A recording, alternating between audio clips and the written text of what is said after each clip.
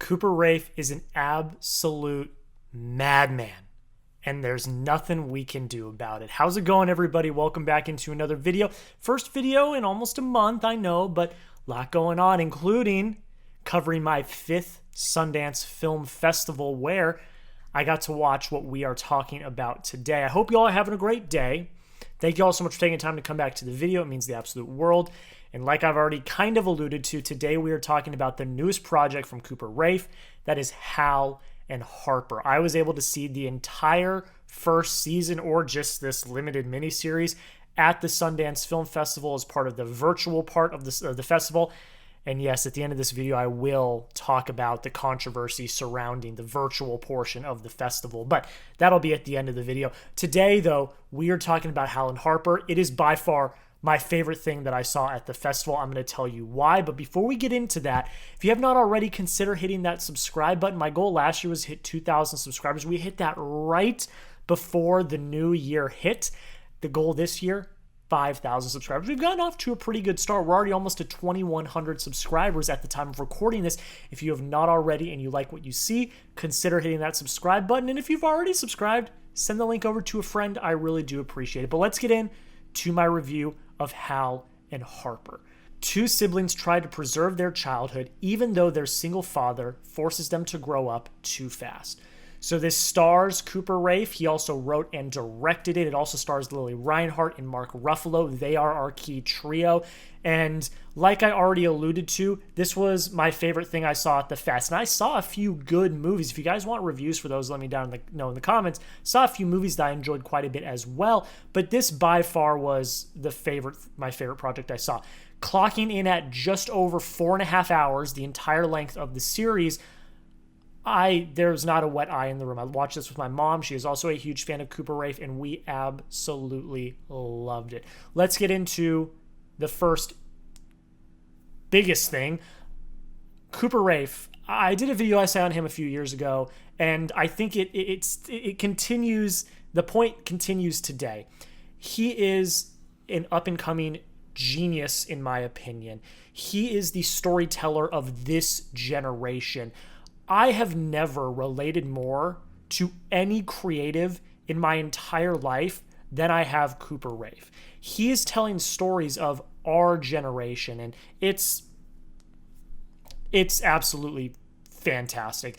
The direction that he brings here, it's non-linear storytelling. I'm a sucker for non-linear storytelling and picking up a story as it goes and trying to pick up the pieces. The way that he goes about that is very meticulous. It packs an emotional punch. When you get to the finale episode and everything comes to a head, it's brilliantly done television. Because this is his first shot at doing, a scripted television series. He's done movies before this.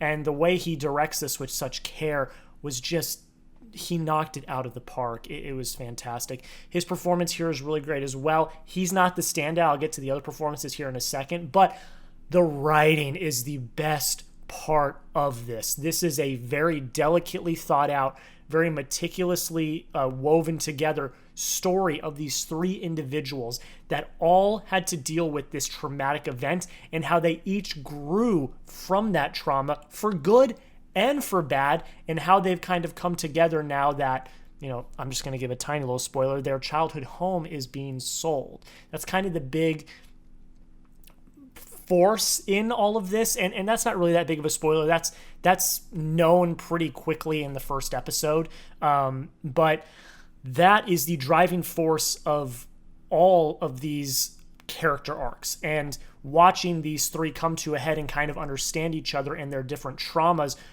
was fantastic. They all shared one experience, but it splintered them off in 3 different ways.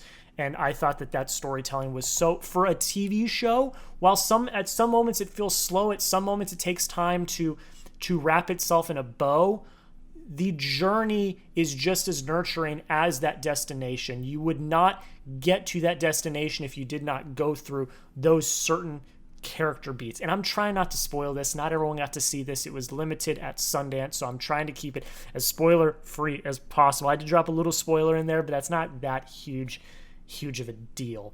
I think that watching each of these people Cooper Raiff, Lili Reinhart, Mark Ruffalo, all in different parts of their life, go through their daily lives while all still having these lingering moments in their head, and these moments that make them who they are. Hal and Harper are kind of glued to the hip at some points, and you see how that relationship was nurtured throughout their childhood as the series goes on, and you feel for them. You do. It's emotional. It's something that I relate to with my sister. It's these special moments of love and compassion that you get with siblings that you don't get with anyone else. And I thought that what Raiff was able to do was very genuine, very believable, and very relatable. This is something I've said about Cooper Raiff since I first saw Shithouse, and since I first saw Cha-Cha Real Smooth and all of his first movies, was I have never been able to relate more to a filmmaker ever. Because like I said, he is the filmmaker of this generation. He is telling the stories of this generation. He's telling the stories that people in this generation can heavily relate to. Most people, obviously, everyone has different stories. Everyone has different upbringings and things like that. But a lot of people can relate to the stories that Cooper is telling. And this is yet another example. And this time, it's tackling sibling dynamics and it's tackling trauma. This, I think, is the most mature story that he has told. It's definitely the most mature story that he's told. A lot of the stories, like if you're comparing Shithouse and you're comparing Cha-Cha Real Smooth, those are stories about growing up. Shithouse is a very big coming of age story in college, and Cha-Cha Real Smooth is a lot about growing up and growing into the person that people want you to be, or the pressure of being what people want you to be, and things like that. Where this is a story about sibling relationships and trauma and how we deal with trauma. This is by far the most complex and layered storytelling that Raiff has done so far, and he did it still so incredibly genuine and incredibly well. This is a very, very complex, very layered script that makes you work to get to the end. And I really like that. His first two films are incredible. They're some of my favorite films. They are simple, though, and that's a good thing. Like, the simplicity of those films make them as endearing as they are. But with this, having a canvas of 4.5 hours of TV to tell a more complex story, he absolutely crushed it, because that's a make or break scenario for a lot of people. You can make the simple films with very simple storylines and character arcs that people can relate to, but then to bring it into a much larger sandbox and actually tell a much more deeply layered story, that's a big challenge. And the fact that Raiff did it and knocked it out of the park, I'm telling you guys, this guy is a treat. He is a treasure. I did the video essay on it a few years ago, and a lot of people that watched the video essay agreed with me. If you are not already in on Cooper Raiff, buy the stock now, because he's only going to get better. He's only going to do more, and I am going to be there every step of the way. I am a Cooper Raiff fan, and he deserves the world. All right. Talked about the writing, talked about the directing. We talked about Raiff and the three aspects of this from him. Let's talk about the performances, though, because this is probably my second favorite part of the film. Mark Ruffalo is great here. Not my favorite performance, probably my second favorite performance. As a dad trying to tackle single parenting of two kids and what tragedy can do to a parent. We see our parents as these indestructible human beings that no wrong can come to them when we are kids, and a lot of this series is Hal and Harper as kids and watching them deal with the complexities of young childhood into adolescence with a rather absent father who is dealing with trauma in his own ways. And the film tackles him trying to come to terms with how he kind of mistreated his kids at times in their childhood and is now trying to make amends. I really thought his performance was great. I thought that it was very layered, and he brought really awesome emotion. And the final episode, I'm going to continue to talk about the final episode. The final episode is heartbreaking. It made me cry. There's a certain part at kind of not the very end, but pretty much the very end. I'll just say they're running down a sidewalk and then they stop. If you watch the show, you know that scene in the final episode when they run down the sidewalk at night and then they all stop, and you know what I'm talking about. That final scene is incredibly heartbreaking and earned. It's earned. It is an earned scene, and it was great. And Ruffalo in that final episode shows a lot of great emotion, but it's Lili Reinhart. Lili Reinhart is the star of the show here. She is fantastic. I think she is the emotional backbone of this story. She brings some of the best, most complex acting that I've seen in a while in TV form. The aforementioned scene that I was just talking about, where they're running down the sidewalk at night, again, not going to spoil the context of that scene, but it's Lili Reinhart's scene. It's her standout scene, and she's the reason why I cried the tears that I cried. It's her scene, and she absolutely destroyed it. But like, she was, again, the emotional backbone of this story. She's very stoic in this film throughout, dealing with a lot of her personal trauma, but she has the moments where we see the cracks forming and we see the emotion coming out. And when we get those moments, she is absolutely stellar. Lili Reinhart is the heart and soul of this film, and it would not be as good as it was. Sorry, heart and soul of this series. And it would not be as good as it is if not for her. Cooper Raiff, great. Mark Ruffalo, awesome. The supporting cast here is really good as well, but she, in my opinion, is the backbone of this film. And her with Raiff as the siblings have excellent chemistry. They are awesome together, and she is just a guiding light in just a really damn good series, guys. I'm overflowing with joy talking about this because I've wanted to talk about it since I saw it, and I really, really loved it. And it feels so good to be backing a creative that is still young and upcoming, is kind of like a hidden talent, hidden secret, to be backing that type of creative and for them to continue to deliver. And that's what Cooper Raiff is to me. Like, I will always back him. I think he is a brilliant talent in Hollywood. And for another project of his to absolutely destroy me in the best ways and deliver on all the hype that I had for it, it really does make me happy. So yeah, go watch Hal and Harper. I think the pacing here is great. The 4.5 hours flew by. There was no wasted space. There was no wasted time. I thought like I said, the supporting cast here was really good as well. Technical, great. Everything solid. This was a great show. It's very complex. It's very layered. It will tug at your heartstrings. It will make you cry. It will make you feel all of the emotions. I absolutely loved it. I don't know when it's going to get picked up. I don't know where it's going to get released, but when it does, I implore each and every one of you to watch it, and support Cooper Raiff, because he deserves the world. He deserves the world.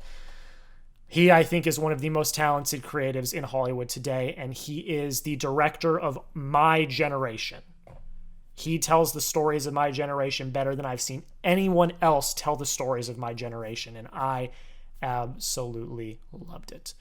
If you saw this at Sundance, because I know some people did. I know that a lot of my friends that did Sundance as well did.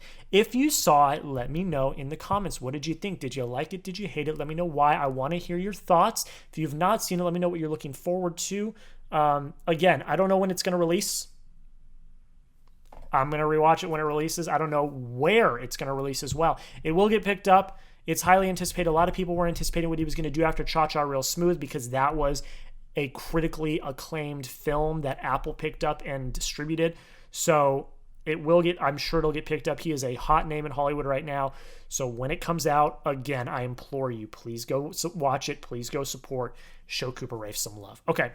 I wanted to finish today's video talking a little bit about the Sundance controversy. Now, if you didn't already know what happened, there were two films, one called Twinless starring Dylan O'Brien. It was a feature-length film, and a documentary about the singer Selena that were up on the Sundance virtual site. And both films were pirated and had, full scenes and key plot points and photos and GIFs and things posted all over the internet by these Stan accounts. And this is unfortunate because both films ended up actually getting pulled off the virtual site, and anyone that had a ticket was not refunded. Now, you were like, for Twinless, I actually had a ticket for Twinless, and I did not get to see it because it got pulled. If you had a ticket, they sent you a voucher to get a replacement film, but by the time I got my voucher, it was the last day of the festival, and I already watched everything I wanted to watch, so there was no point in me using the voucher, and so I kind of just lost the money that I bought that movie on, which is okay. It's not the end of the world, but it is kind of disappointing. But I want to talk a little bit about this because I saw a lot of colleagues and friends and people that were also at the fest that I talked to, and they were all saying this is the end of the virtual format for Sundance. Sundance will not have a virtual element in the future. Now, that's speculation, but I kind of agree. I don't see why they would, because that kind of takes away from the integrity of the artists and the films that are in the virtual format. Why would any studio want to have a film available on a virtual site when it could easily be pirated like these films were? It's heartbreaking.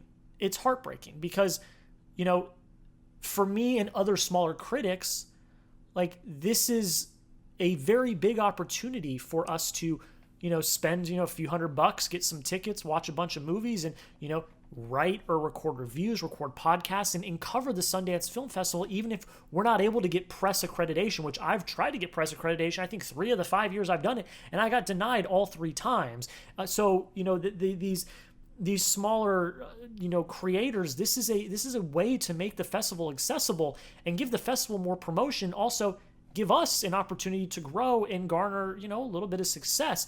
But even further than that, there are people doing this for a job full time that are physically not able to get to Park City or Salt Lake or wherever these remote screenings are. I mean, there are people with disabilities that cannot travel. There are people that are immunocompromised that cannot leave their homes, that do this for a living. This is their livelihood. And you are if you were to take away the virtual format, which has not been confirmed, no one has said that that's happening yet, but it sure as hell seems like it probably will. If you do that, you're taking that away from critics who this is their livelihood, and just because they physically cannot go, you're taking that away from them. And I find that incredibly sad and frustrating. And it's all because of these Stan accounts. And guys, you know what I'm talking, like, you know these Stan accounts. You see them on Twitter, you see them on Reddit, you see them everywhere. They're disgusting. And I've always disliked these Stan accounts. You can quote me on that. I am not a fan of Stan accounts. I never have been. I never will be. To abuse this platform to get just a little bit of Twitter clout is one of the most disgusting things I think you can do on the internet. That's dramatic. But in the film criticism space, in the fandom space, that's one of the most disgusting things you can do. This film has not, and I'm talking more about Twinless. Selena, this happened to the Selena documentary as well, but I'm talking more about Twinless because that I saw the Twinless Stan accounts doing this. The Dylan O'Brien Stan accounts doing this. If you are a Stan account and you are abusing a film festival virtual platform to pirate a movie that is not released yet, first off, piracy is illegal. It is a crime. You can go to jail for that. And second off, if you're doing that to get just a little bit of clout on Twitter, you're ruining a really awesome thing for everyone else. People love doing the virtual portion of Sundance. It is the only way I can do Sundance. This has been a tradition for me and my mom for 5 years. My mom has flown out to Texas 5 years in a row so we can spend the week together and, you know, get excited for the films and get our schedule ready and get snacks and get food and then watch the films throughout the weekend. Like, this has been a tradition that we have created. It is bonding time for us, on top of me being able to do my critic work. Like, it goes deeper than some Twitter clicks and some Twitter likes. Like, these are memories that people are making. These are critics whose livelihoods depend on this. You are stripping that away from people because you want some Twitter clout. It's disgusting. It makes me physically sick that you think that you can commit a crime by pirating a movie that has not been distributed yet because you want clout. It's disgusting. and now you're gonna ruin it for everyone else. I hope you're happy. I hope those Twitter clicks was worth it. I hope those likes were worth it, because you know what happened? Every single one of your posts got taken down due to copyright, so I hope it was worth it. You ruined it for everyone. I hope it was worth it. I'm just mad because this is something that, like, again, I cherish the time with my mom. I cherish the time with my dad. I cherish the time with my parents. This is something my mom and I did every year that was special. These are memories that I am making. And because of a few selfish Twitter trolls and Twitter stan accounts, those memories are not going to happen anymore. They are going to be ruined because of some Twitter, Cheeto finger Twitter clout stan accounts. Guys, this movie's going to get released. It won the Audience Award. It's going to get released. You can get your Dylan O'Brien clout in the next few months. Like, spare me. All right, I'm done. Little rant at the end. I loved Hal and Harper. When it comes out, go see it. I did want to talk about the controversy, though, because that was sweeping the last few days of the festival. I saw it firsthand. I was not able to see Twinless because, like I said, these Twitter stan accounts ruined it for everybody else. But yeah, Hal and Harper's great. Go watch it. If you made a Twitter stan account and you're the reason why the virtual platform's probably going to get taken away, you are not a friend of mine. You make me sick. That's pretty much it, guys. All right, I'm going to end on that. I know this got a little negative at the end, and I feel bad about that because I don't like to be negative. But again, these are memories I have with my mom. I truly cherish them, and the fact that that's going to get taken away potentially is frustrating, and it makes me sad, and it really does break my heart. So please forgive me for getting a little angry at the end. I just had to get it out. I had to vent a little bit. That's pretty much it, guys. I appreciate y'all taking the time to watch the video. Gonna have more videos coming out the rest of the year. Captain America comes out next week. I'm gonna have a review for that. And then I'm planning on doing my Blu-ray collection video eventually. These videos, as my collection gets bigger, they take a lot more time and it's very taxing. Believe it or not, like, it takes me 4 or 5 hours to film and then a few hours to edit. So that's like a full day thing. So I'm gonna probably do that in the next few weeks. So that'll come out in the next few weeks. But until then, that's pretty much it. Let me know if you've seen Hal and Harper already. What did you think? Like, comment, subscribe. Appreciate y'all. Have a great rest of your day, and we'll see you in the next video.